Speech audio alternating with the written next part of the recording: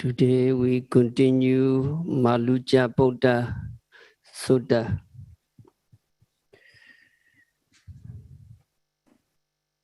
This Mālukyaputta Sutta is from Sayādaw Nikaya, collection of miscellaneous discourse.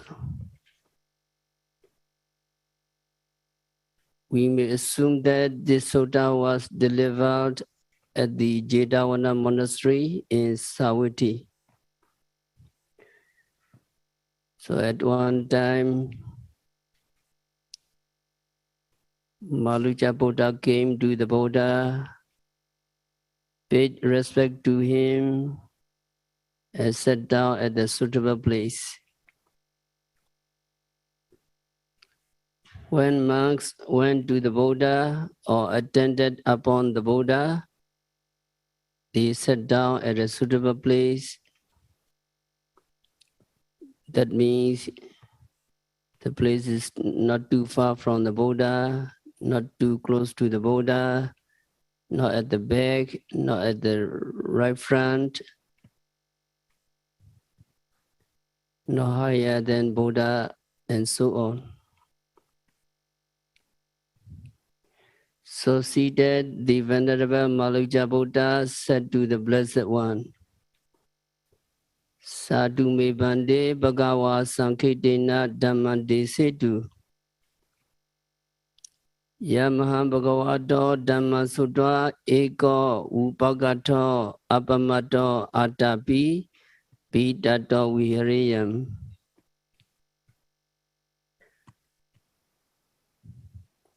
Bande, it would be good for me if the Blessed One would teach me Dhamma in brief.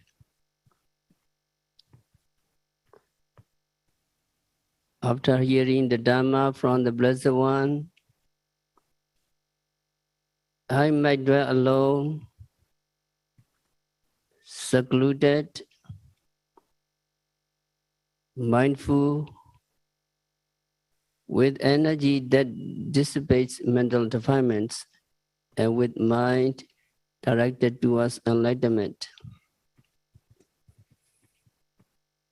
So now Mālukyaputta asked the Buddha to teach him a subject of meditation. Maybe he became interested in the practice of meditation because now he was old, very old. The words he used are remarkable. I might dwell alone, secluded, mindful, with energy that dissipates mental defilements, and with mind directed towards enlightenment.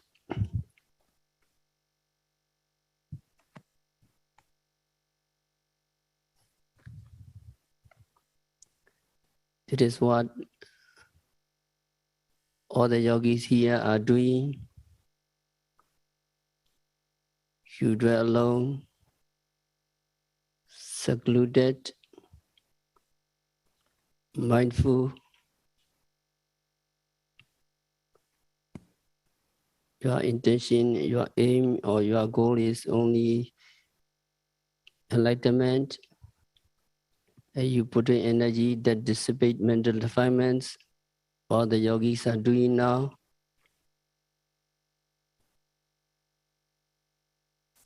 After hearing from the Buddha, he said that he would dwell alone, secluded, mindful, and that he would be energetic, and that he would direct his mind only towards enlightenment.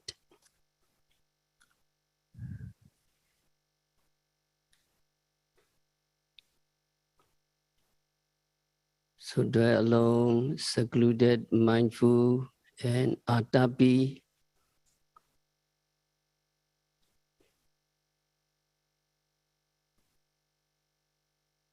Atapi, I will be with energy that dissipate mental defilements.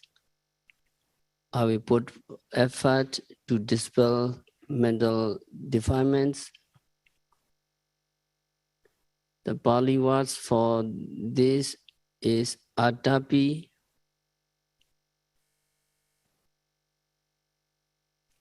The basic meaning of atapi is having something which heats. That means something which heats some other things. Here, heat means making others evaporate, like fire evaporating moistures, fire evaporating wetness. So atapa, energy is compared to these heating things. When there is energy, when there is effort, mental defilements cannot arise in you. The mental defilements are dissipated. The mental defilements are scattered, they are heated, and they evaporate. So energy is supposed to do that kinds of heating. Energy that drive away mental defilements, that dissipate mental defilements. That means I will make effort. I will be energetic. I will not be lazy. That is Mālukyaputta reported to the Buddha. Yes, atapi, atapa. When this state, no flies can hover around a piece of red hot iron. Mental defilements may be compared to flies, and energy may be compared to red hot iron. Wetness is attributed to mental defilements. When your meditational efforts take place, your mind becomes dry, your mind becomes clean. So things become wither, even burnt when you heat up. So your energy will burn up your mental defilements.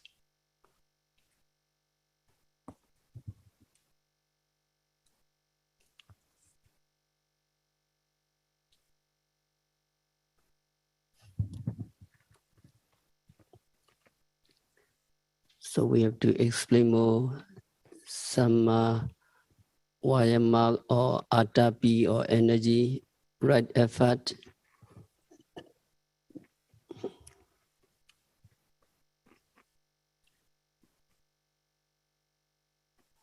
Buddha said the four samabhadana, for right effort, supreme effort, anupanana babagana agusalana dhammana, anupadaya chanda janedi, vayamati viriya arabati chaitam bhaganati padheti. So for supreme effort, the first one is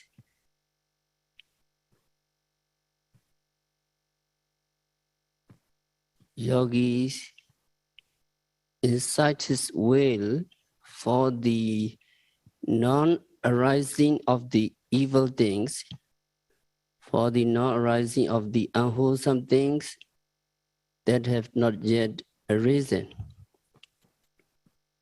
A yogi makes effort Yogi puts forth energy, exerts his mind and perseveres.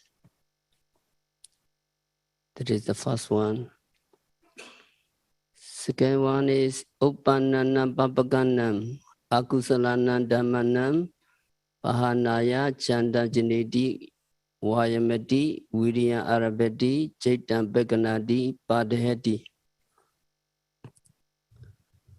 That means yogi incites his will to abandon unwholesome things. Yogi incites his will to overcome evil things that have already arisen. And he makes effort, puts forth his energy, exerts his mind, and perseveres. That is second one.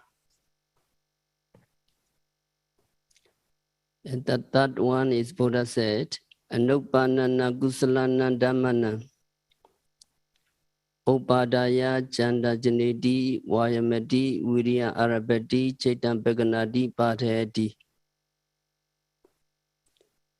That means yogi incites his will for the arising of wholesome things, profitable things that have not yet arisen.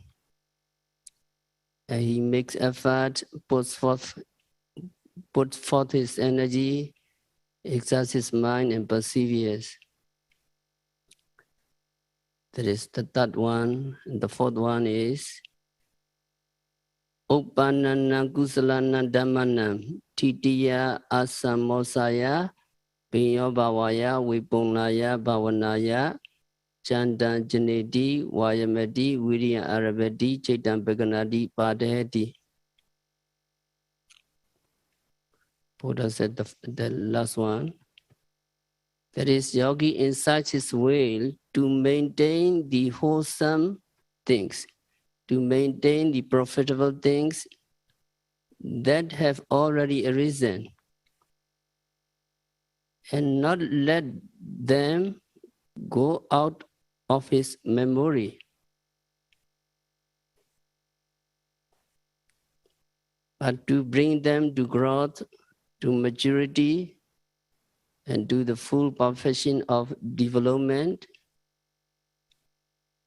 A yogi makes efforts, puts forth his energy, exerts his mind, and perseveres. So such endeavor is called right effort. Buddha explained in detail. So we need to go more detail. The first one is yogi put effort to prevent unarisen, unwholesome things from arising. Whenever you notice or you hear or you see evil acts of killing, stealing, sexual misconducts, daily lies being done by other people, you must strive hard to put yourself above these unwholesome deeds. It is just like trying to safeguard yourself against contagious diseases such as influenza, etc. in time of pandemic or epidemic.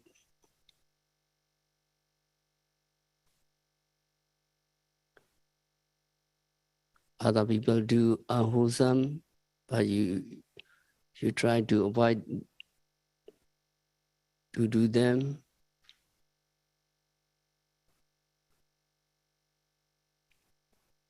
You put effort. This is the first one.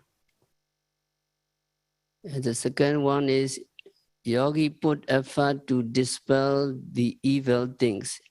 Yogi put effort to overcome unwholesome things that have already arisen. Here Pali Upana means already arisen. So what kinds of unwholesome things that have already arisen in us? So three kinds of unwholesome things, three kilesa. The first one is vitekama akusala or vitekama kilesa. The second one is pariyotana akusala or pariyotana kilesa. The third one is anusaya akusala or anusaya kilesa.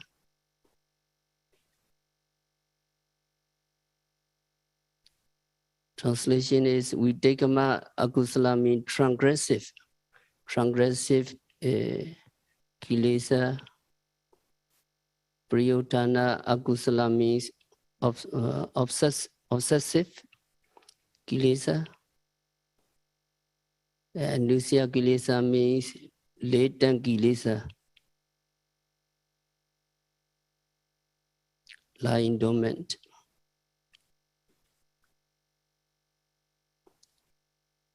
So vitekama kilesa is responsible for evil deeds or words such as killing, stealing, telling lies, which one may have already committed.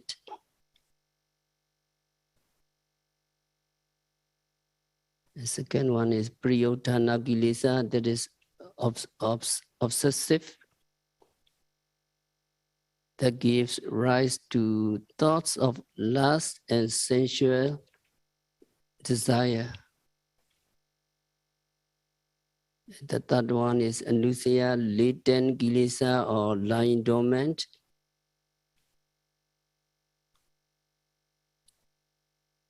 Which has not yet arisen, but lying dormant, but it will arise when opportunity offer.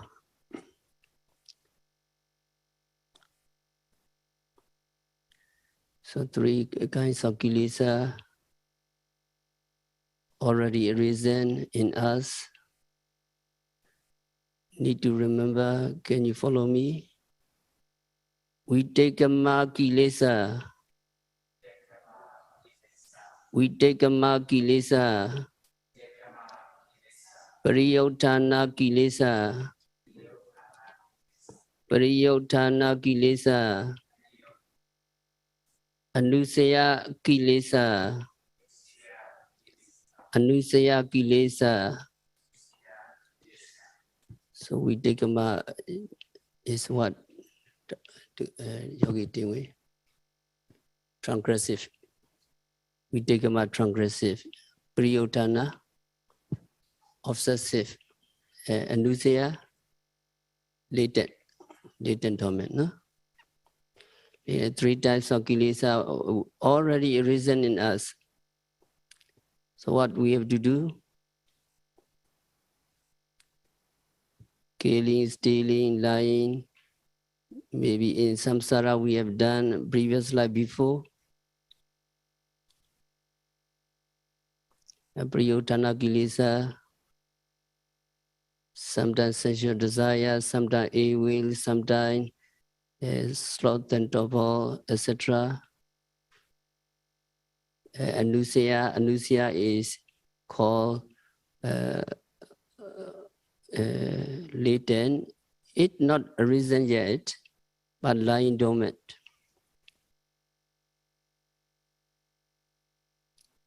So we take a kilesa how to dispel. Transgressive kilesa, transgressive unwholesome deeds can be dispelled by sila, moral conduct, moral training. You observe sila meticulously. Meticulous observance of sila automatically puts away the evil deeds or words arising out of Videkama Kilesa. So how to dispel the Priyotana Kilesa? Sensual desire, ill will, the kinds of thoughts, evil thoughts of lust and desire belonging to Priyotana Kilesa are dispelled by Samatha Vipassana. When you practice metta meditation continuously, no ill will, no sensual desire, only just the radiating mind, metta citta, continuously going, continuously flowing. At that moment, kilesa cannot enter in you. So evil thoughts of lust and desire are dispelled by samatha vipassana, concentration and exact meditation.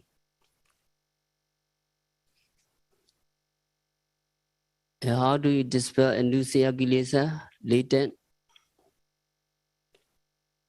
Latent defilements, latent kilesa may be momentarily put away by vipassana.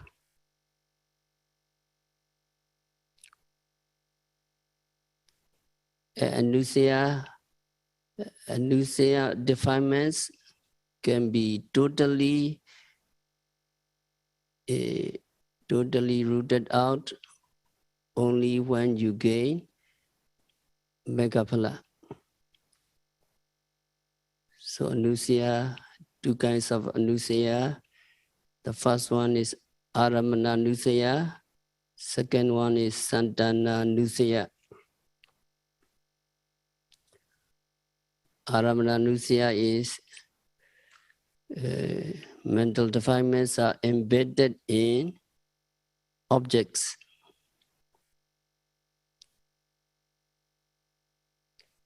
Mental defilements arise when you are experiencing some objects. So where are the mental defilements? Mental defilements are in the objects. When sense objects, visible objects, sound, smell, taste, tangible, and mind objects are perceived through your six senses, eye do, ear do, nose do, tongue do, body do, and mind do, kilesa, mental defilements have a chance to arise. So the first one, aramananusaya, kilesa are embedded in objects.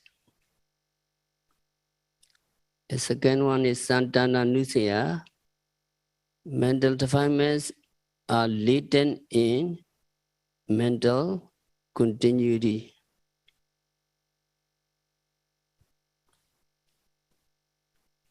So mental defilements can arise in any existence when conditions are favorable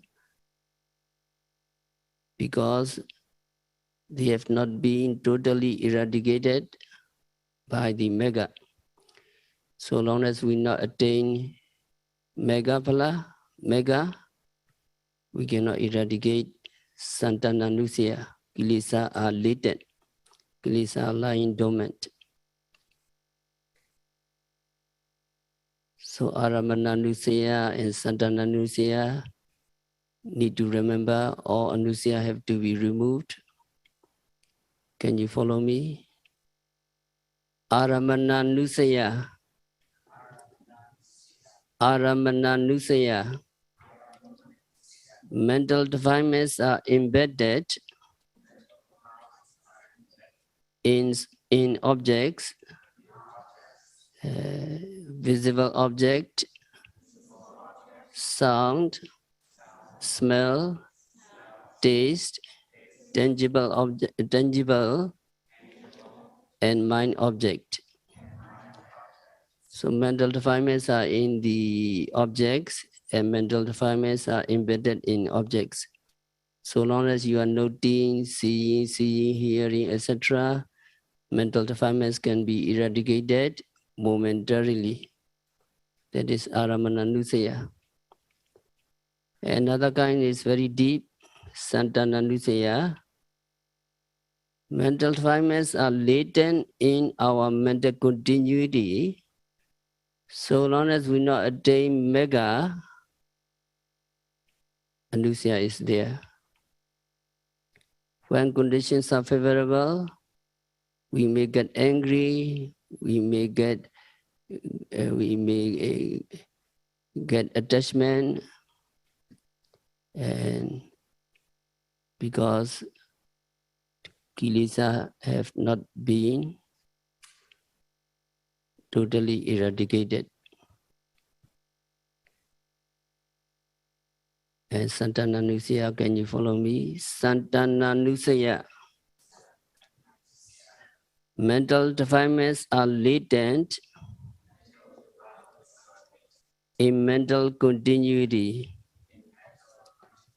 Mental defilements are latent in mental continuity.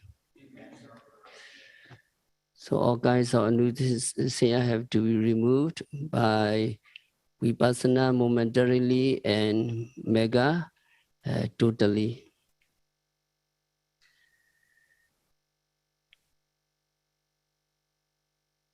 So it is with the view of completely uprooting this anusaya mental defilements that vipassana meditation should be practiced continuously so that aramananusaya cannot be developed. So this point is subtle and deep and can be fully grasped only when yogi have practiced vipassana meditation effectively and adequately. And that effort is efforts to bring out wholesome things which have not yet arisen. So what are the wholesome things? Wholesome things are dana, sila, bhavana, dana, charity, sila, observance of precepts, and samatha vipassana, samatha bhavana, practice of concentration meditation, and vipassana meditation. So all dana, sila, bhavana are all different forms of meritorious deeds. So we should make our best effort to perform any of these meritorious deeds which we have not fulfilled as yet.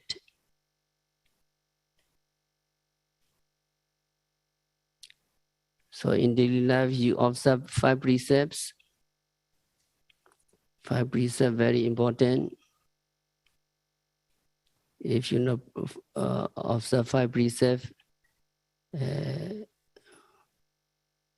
meticulously, you need to observe. Now you have a good chance to practice meditation, coming to the center and observe 8 precepts is very good. You want to ordain as a nun and as a samanera, as a monk, mohaya sila.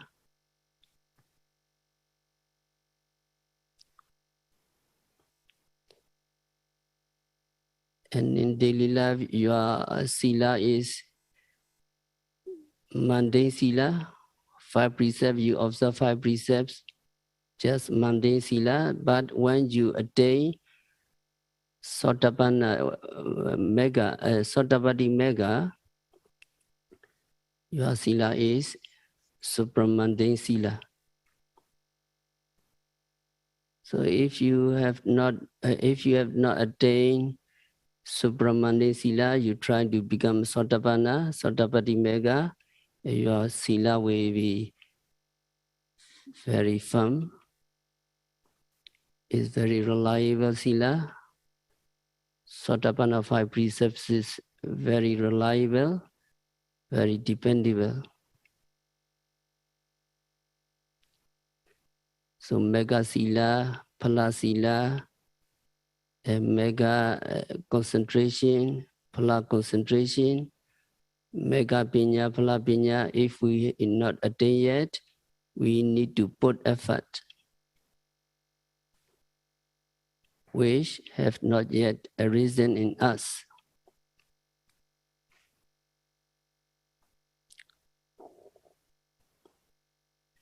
So some people are misleading the true teaching of the Buddha. They mention that all kusala, meritorious deeds, will result in prolonging the samsara. They said. So they said wholesome deeds, meritorious deeds is sankara, volitional activities. So according to Paticcasamuppada, Punyabi Sankara, wholesome deeds are conditioned by avijja, ignorance. So in accordance with the doctrine of Paticcasamuppada, law of dependent origination,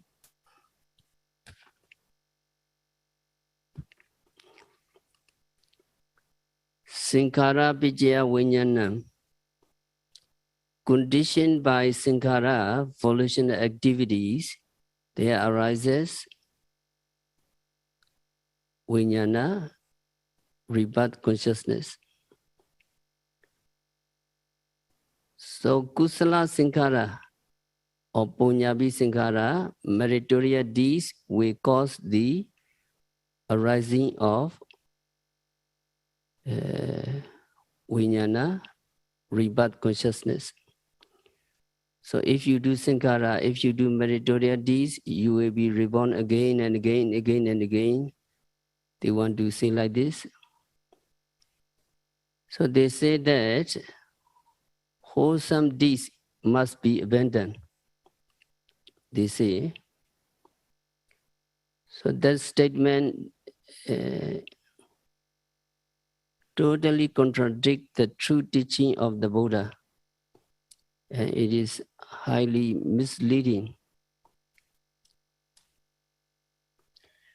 So we have only one way. If kusala, wholesome deeds were to be given up, we would be left entirely with akusala.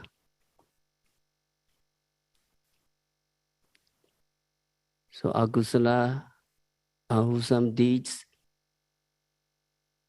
would not only prolong the rounds of existence, but surely would lead to the four woeful states. So the real cause for ceaseless rounds of rebirths is rooted in avijja and tanha, ignorance and craving. That is the real cause of our longing in samsara. And these mental defilements can be removed by kusala, wholesome deeds, which should be performed with a view of eradicating mental defilements. So according to the true teaching of the Buddha, any meritorious deeds we should perform. Even if you have not too much and you can offer something, only just one cup of water or a piece of cake to other people with generosity is a good, is a meritorious deed. Only just practice Metta Bhavana continuously, honestly and sincerely. These meritorious deeds are very beneficial. So simple meritorious deeds can cause rebirth in a good realm. And if you be reborn in the good realm, you can hear the Dhamma and you can practice to become a noble person. So you can escape from the suffering of woeful states and the rounds of existence. In one of the stories, the frog,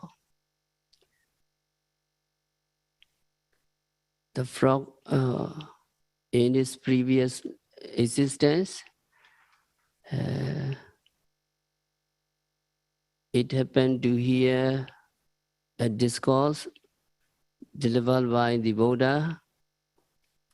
The frog did not understand the words of the Buddha, but the frog listened to the Dhamma with respectful attention and calmness. So because of these good deeds, accidentally somebody hit the frog and the frog die and reborn in the celestial realms. So the marriage is only very simple. Just listen to the Dhamma with respectful attention and complacence. With these meritorious deeds, the frog reborn in the celestial realms. So as a deva, as a celestial beings, the frog deity gained the opportunity of listening to the Buddha's teaching again, and by virtue of which he attained the stage of Sotapanna. So according to the true teaching of the Buddha, any meritorious deeds we should perform, dana, sila, bhavana, charity, morality, practicing meditation, sila, morality is better than charity, meditation is the best. So you practice meditation for 1 month completely. It is very inspiring. For 1 day practice is very valuable. You can get a lot of merits. For 1 minute, 1 hour, 20 hours per day, and many days, many months you practice, you accumulated a lot of merits by practicing Vipassana meditation. Vipassana meditation is the best. So according to the teachings of Buddha, any meritorious deeds should be performed. So effort should be made to bring out any form of wholesome things which have not yet arisen, especially meritorious deeds, Vipassana meditation, which would lead to Megaphala. This is the best. So every time such effort is made, they are developed the path of right effort.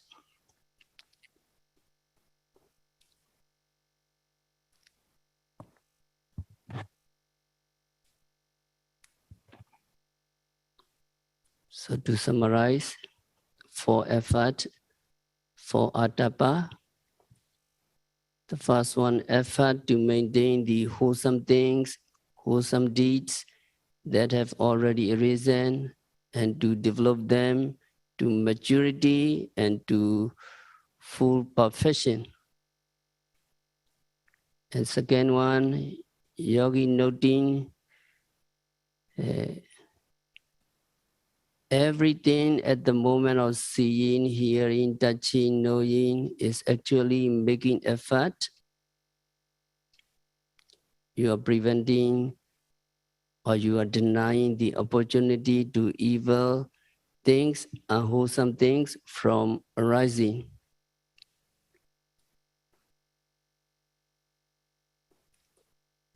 It also means you are endeavoring to remove unwholesome things, you are endeavoring to eradicate evil things that have already arisen. So all our bad karma can be removed by this bhavana or meritorious deeds.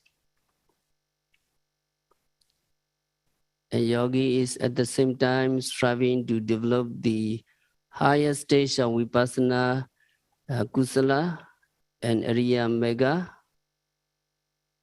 merits which have not yet arisen. And also yogi is striving to maintain and to bring to perfection your vipassana kusala which have already arisen.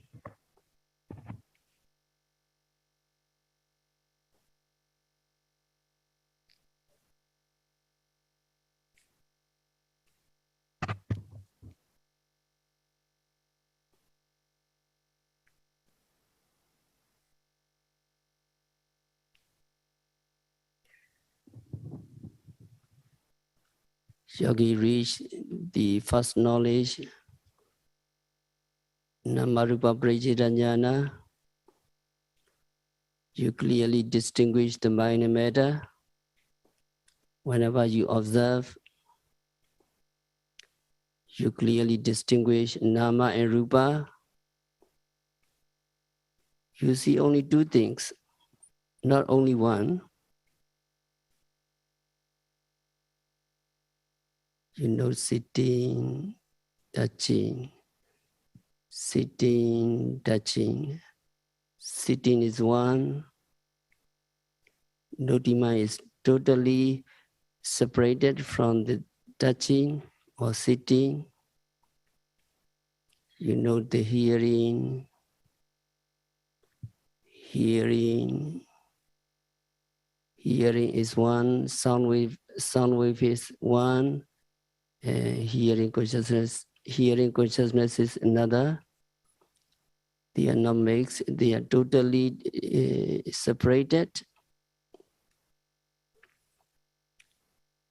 If your knowledge is clear, it is called Namarupa Pariciranyana, knowledge of defining Nama and Rupa. So when your concentration getting better, you see very clearly. And then you practice more continuously, and you can discern the causal relationship before bending, stretching, and going. You start to capture the intention. It is true. Without intention, you are not here, you cannot move.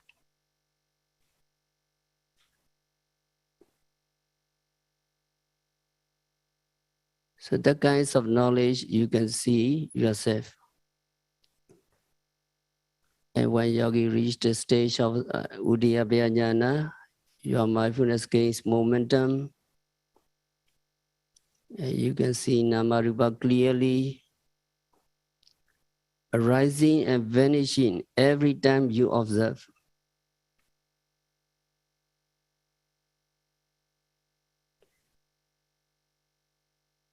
So this jnana, at this jnana, you have remarkable experiences. You see sunlights, luminous states. You're so enjoyable in the practice. At that moment, gratification and rapture and calmness and tranquility and faith and confidence in the teaching, true teaching. So at this stage, you would feel so elated with joy. because you start to see the reality, nature, dukkha, anatta, etc. So this jnana you will experience the kinds of wholesome states we need to develop, we need to maintain. And when yogi reach the stage of Sankaripika jnana, yogi is like an arahant, so calm and you are neither pleased nor displeased. When you see anything or anybody lovable or hateful, no liking, no disliking. So that jnana, you not attain yet Megaphala, is Sankaripika jnana state. You have a very unique and remarkable state. You are like an arahant. So yogi can reach this stage. So yogi is striving to maintain and to bring to perfection and that vipassana kusala, which have already arisen. If you have arisen, you need to maintain. So for atapa or for samabhadana.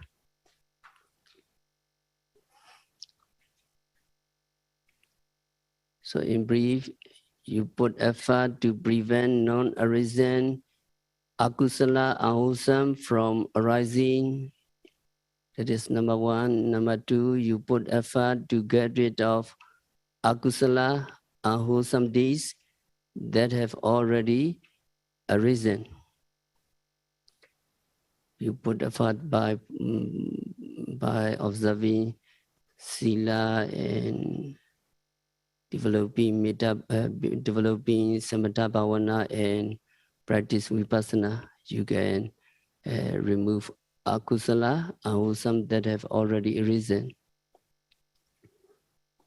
And number three, you put effort to promote or to cause to arise wholesome deeds that have not yet arisen. So if you reach some jnana, some vipassana stages, you need to put effort to maintain. You need to put effort to develop. You need to put effort to bring to perfection these vipassana jnana that have already arisen in you. So for samabhadana or atapa, need to remember, can you follow me? Effort to prevent non-arisen ahusam.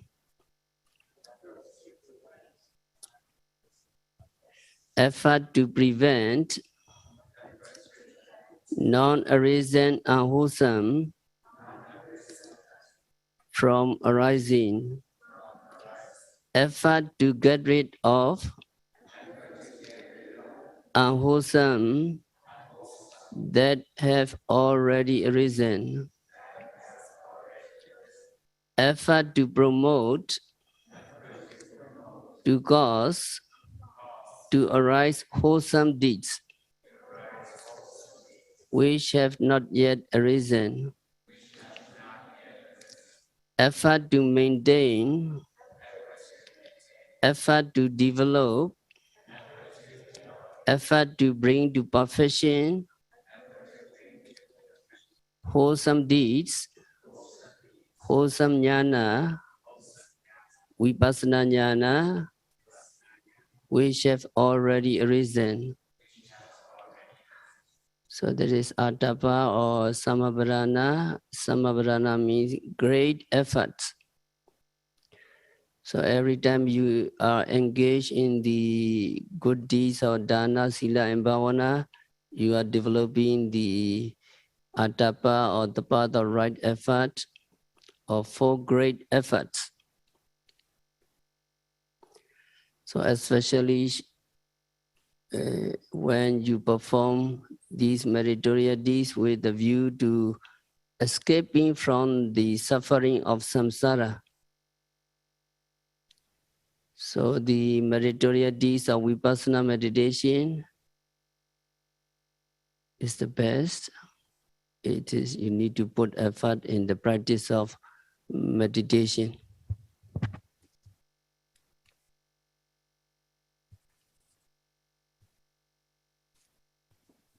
And then Mālukyaputta said to Buddha, the last one is Pahitato.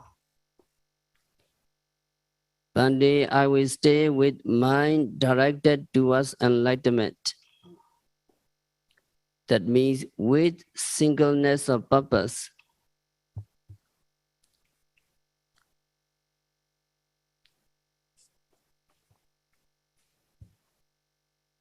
So the Pali word for this is Pahitata.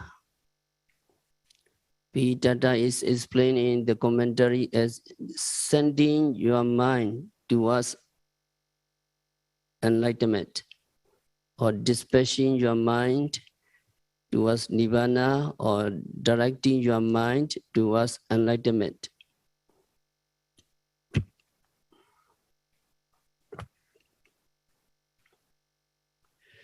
So to direct your mind towards enlightenment or nirvana means you do not pay attention to your life, you do not pay attention to your body, but just practice meditation, which will lead you to enlightenment. So that means yogi will have this singleness of purpose. I will not be bothered by my life. I will not be bothered by my body, but I will just practice meditation. So there is only one aim. It is also very important when you practice meditation. When we said to give yourself up totally to meditation, we just mean this. Direct your mind towards attainment, towards enlightenment. You don't pay attention to any other things. There is a way to behave when you practice meditation. So here Mālukyaputta said to Buddha, one day I might dwell alone, secluded, mindful with energy that dissipates mental defilements, with mind directed towards enlightenment. So Bande, please teach me a guideline for meditation. After hearing the Dhamma guidelines, I will practice meditation, staying alone, secluded, and so on. So Mālukyaputta asked Buddha to teach him a guidelines or subject of meditation. Then Buddha said, now Mālukyaputta, what am I to say to the younger monks?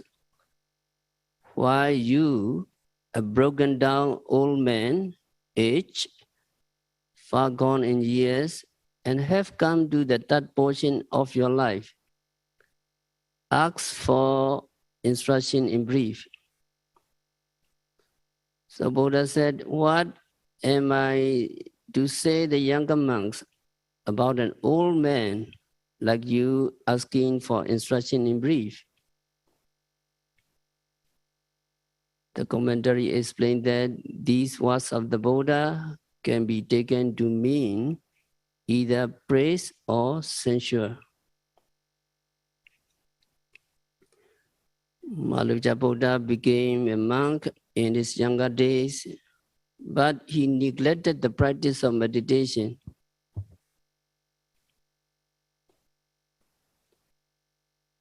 Only in his old age, he came to the Buddha, asked him to give instruction in brief. The Buddha said, what am I to say to the younger monks? Am I to say to them also, while you are younger, don't pay attention to the practice, don't pay attention to the meditation, enjoy your life. Only when you become old, like Mālukyaputta, come to me and practice meditation, something like that. If it is taken to mean this, then it is reproach, it is censure.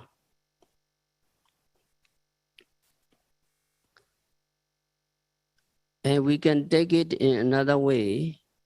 Mālukyaputta is now an old man. Even though he is old, he comes to the Buddha and asks for instruction for the practice of meditation. So you young monks, you young yogis, must not wait until you get old, like Mālukyaputta. Practice meditation when you are young.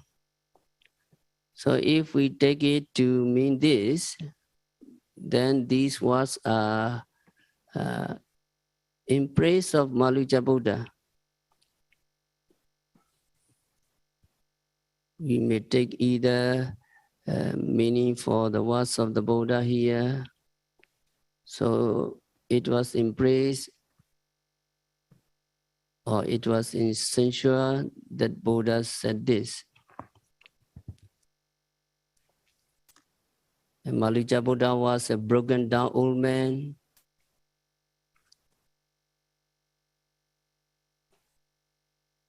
Age far gone in years, and had come to the third portion of his life.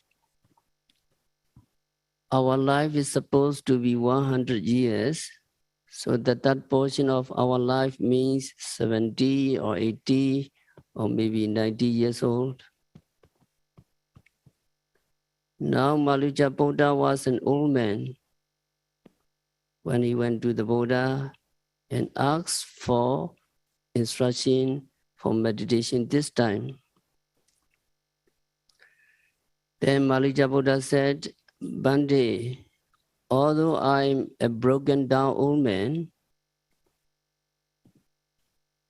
far gone in years, and have come to the third portion of my life, yet let the Buddha teach me meditation guideline in brief. Let the word speaking Buddha teach me the gist of Dharma in brief. One day I might understand the meaning of the Buddha words. I might be heir of the Buddha words. Although I'm old, I might understand your words in detail. So I might become an heir of the Blessed One's words. What that means? That means I might become a noble person. I might become an arahant.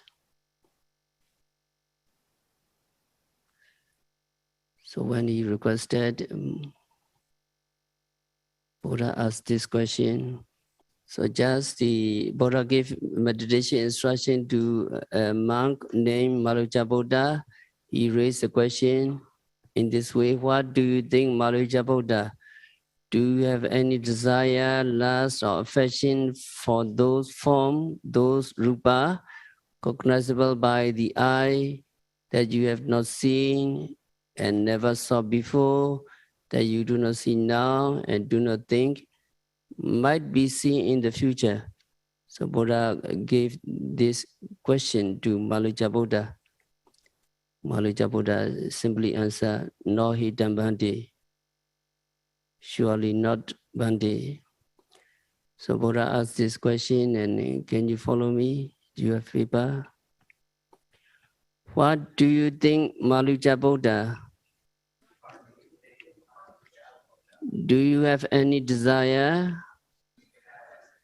lust or affection for those forms cognizable by the eye that you have not seen and never saw before, that you do not see now and do not think might be seen in the future? So how do you answer? Buddha question is not sure, no, surely not Bandi. So answer, follow me. No hitam Bandi. That means Venerable Sir, surely not. Because desire, lust or affection for those cognizable by the eye that we have not seen, never saw before, and that we do not see now, and we do not think might be seen in the future.